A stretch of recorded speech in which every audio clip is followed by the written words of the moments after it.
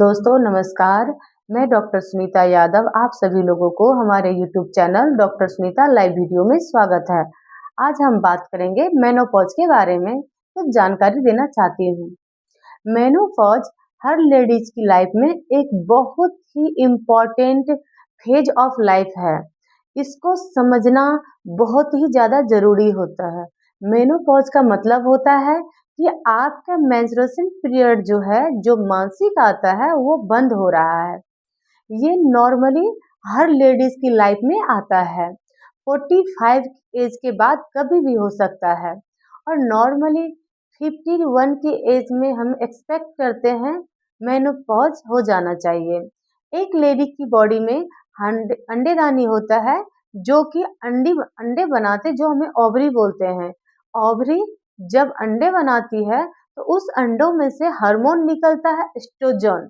इस एस्ट्रोजन की वजह से बच्चेदानी के अंदर एक लाइनिंग बनती है जो कि मेंसेस के टाइम में वो मेनोपॉज क्या होता है, जब ओवरी धीरे धीरे छोटे होने लगती है, स्ट्रिंग करने लगती है, उस अंडे बनाने की क्षमता जब खत्म होती है, अंडे नहीं बनेंगे तो एस्ट्रोजन हार्मोन नहीं आता और मेंस्ट्रुएशन की लाइनिंग भी नहीं बनती बच्चेदानी के अंदर और आपको पीरियड्स नहीं आएगा।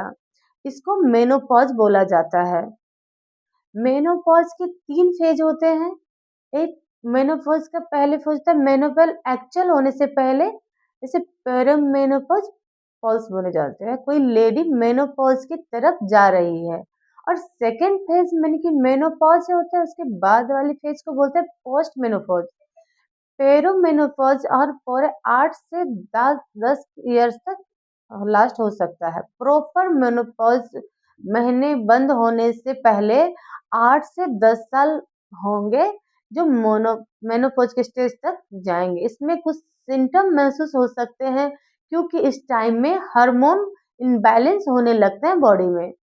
फिर मेनोपॉज का स्टेज आता है जब फाइनली पीरियड्स बंद हो जाते हैं। फॉर एटलीस्ट 12 महीने, पूरे 1 साल के लिए जब पीरियड्स नहीं आते किसी लेडीज को, तब हम बोलेंगे कि मेनोपॉज में आ चुकी है। उसके बाद जब 1 साल हो जाता है, उसके बाद की फेज जो होता है जब पोस्ट मेनोपॉज बोला जाता है। इस टाइम पे एक मेनोपॉज की तरफ जा रहे हैं, तब बॉडी में हार्मोन के फ्लक्चुएशन होना शुरू हो जाते हैं। हर लेडीज की बॉडी में 2 मेन इंपॉर्टेंस हार्मोन होते हैं, एस्ट्रोजन और प्रोजेस्टेरोन। ये दोनों अंडेदानी से ही निकलते हैं। जब अंडेदानी धीरे धीरे कम काम करना शुरू करती है तो हार्मोन्स की मात्रा बॉडी में कम होने लगती है। उसकी वजह से सिम्टम काफी महसूस होने लगती है। मेनोपॉज के सिम्टम हो सकते हैं कि आपके मूड चेंजेस महसूस होगा, जैसे कि आपको इरिटेबिलिटी महसूस होना, डिप्रेशन महसूस होना, रोने जैसे मन करना, बॉडी में काफ़ी थकान, कमज़ोरी, वीकनेस महसूस होना। अगर पहले आप बहुत ज़्यादा काम कर लेते थे, तो आप धीरे-धीरे रियलाइज़ कर रहे थे कि आप जल्दी थक जाते थे। बट घबराइए नहीं, ये नॉर्मल है इस टाइम पे फेज़ के हिसाब से। और आपको हॉट फ्लैशेस यानी कि आपको बहुत ज़्यादा गर्मी जैसा लगना और आपको बैठे-बैठे गर्मी महसूस होना, इसे हॉट फ्लैशेस कहते हैं। ये महसूस होता है, ये काफ़ी कॉमनली महसूस होता है। रात को अगर आप सो रहे हैं तो सडनली नींद से घबराहट उठ जाना, पसीने-पसीने हो जाना, इसे नाइट स्वेट्स कहते हैं और ये मेनोपॉज़ का ही एक सिम्पटम है। नींद भी इस टाइम पे कम महसूस होना, लेडी ज़्यादातर वेट गेन करने लग जाती है। 40 एज के बाद आपने देखा होगा काफ़ी लेडीज़ वेट गेन करने लग जाती है और हर लेडी की यही कंप्लेन होती है कि इतनी केयर करने के बावजूद भी, डाइट चेंज करने के बावजूद भी थोड़ा-सा वेट गेन हो रहा है। ये हार्मोन्स की वज़ह से हो रहा है। हेयर बाल पतले हो जाना, हेयर लॉस हो जाना, स्किन आपको ड्राई महसूस होना, पहले ड्राइनेस नहीं थी, अब ड्राइनेस महसूस हो रही है।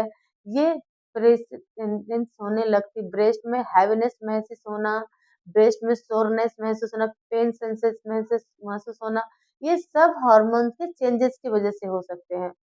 मेनोपॉज़ के टाइम पे मेंसेस इरेगुलर होना, पीरियड्स इरेगुलरी आना, इसका मतलब या तो आप पीरियड्स जल्दी भी आ सकते हैं या तो आप धीरे-धीरे लेट भी आना शुरू हो सकते हैं।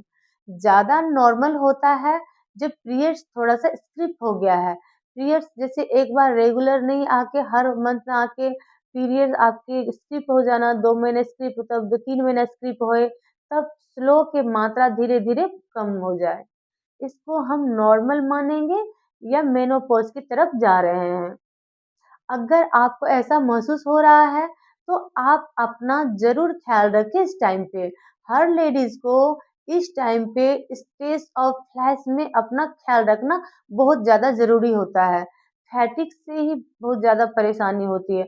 आपका नॉर्मल जब प्रोसेस चल रहा है, आपको घर पे काफ़ी काम करना है, बट एक लेडीज़ को थकान इतनी महसूस होती है, कि उसके साथ-साथ कुछ करना महसूस होती है। अगर आप इस टाइम पे अपना ध्यान रखेंगे, तो आप बेटर कोप कर पाएँगे। इस टाइम पे डाइट का ध्यान रखना बहुत ज़रूरी होता है। आप अच्छे से प्रोटीन लीजिए, न्यूट्रिएंट्स लीजिए और 2 चीज़ें और डायबिटीज़ वग़ैरह नहीं है, तो आप अंजीर को ले सकते हैं और सोया चंक्स को भी आप ले सकते हैं। इसमें हम natural form of oestrogen hormone होता है, जो बॉडी में जाएगा और जिस कमी की वजह से जिस हार्मोन की कमी की वजह से ये सिम्पटम आ रहे थे, उनमें कुछ थोड़ा-सा रिलीफ महसूस होगा। एक्सरसाइज़ेज़ से बहुत फ़र्क पड़ता है। एक्सरसाइज़ करने से मेंटल वेल रिसोर्स होना, बॉडी में एनर्जी लेवल महसूस होना, आपकी बॉडी में बेटर महसूस होना होगा। आप पहले एक्सरसाइज़ करते थे, तो आप उसको कंटिन्यू करिए। आप पहले नहीं करते थे, आप डेफिनिटली आपको स्टार्ट करना चाहिए। जो भी फॉर्म ऑफ एक्सरसाइज आपको पसंद आता, वॉकिंग हो, वो योगा हो, आपको डेफिनेटली 1 घंटा अपने लिए निकालना चाहिए। सप्लीमेंट्स भी आपको calcium supplement, vitamin D supplement इस टाइम पे हर लेडीज़ को ज़रूर लेना चाहिए। बोन्स भी ज़्यादा वीक्स होने लगता है और फ्रैक्चर्स की टेंडेंसी मेनोपॉज़ हो जाने के बाद काफ़ी बढ़ जाता है। अगर आपने सप्लीमेंट नहीं लिए, हमने अपनी प्रैक्टिस में देखा है कि लोगों में इस बात की समझ नहीं होती है। वो जब भी इतनी थकान और मूड चेंजेस महसूस कर रहे होते हैं, पीरियड्स इर्रेगुलरिटी हो रहे तो वो काफ़ी परेशान हो जाते हैं। अगर आपको ये चेंजेस क्यों हो रहे हैं, आपका फेज ऑफ टाइम है, इसके लिए आप क्या कर सकते हैं? अगर आपको ये समझ आ जाए, तो आपके पैरालिसिस की जो स्टेज होता है, ये डील करना बहुत ही आसान हो जाएगा। आशा करती हूँ आपको हमारा वीडियो अच्छा लगा होगा। आप नॉलेज यूज़फुल लगी होगी तो प्लीज़ हमारे चैनल को सब्सक्राइब कीजिएगा और आपको इस चीज़ से रिलेटेड कोई भी डाउट है तो नीचे गए कमेंट सेक्शन में आप लिखिए, मैं आपके डाउट्स सॉल्व करेंगे।